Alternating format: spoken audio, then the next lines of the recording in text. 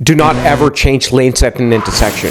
Here's the reason why. Imagine you're driving in this lane and you think about switching to the right lane because you want to turn into an upcoming plaza or a gas station. Now, there's a car that wants to make a right turn.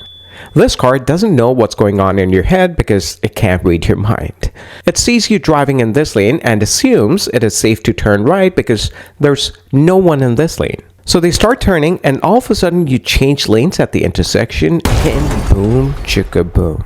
This happened because the guy didn't anticipate your move. Therefore, it's not a good idea to change lanes at an intersection unless you're in a situation like this. Yes, there is an exception to this. Let's say the intersection is clogged up and there's this lane that has some room, but you are in this lane. You don't want to move forward because you would end up blocking the intersection. So instead of waiting for these cars to move forward, you can go into this lane. The chances of collision in this case are close to none because the traffic is either stopped or moving very slowly. Now, what do you think? Is it appropriate to change lanes at an intersection? Let me know by commenting below. Follow me for more driving tips. Thank you for watching.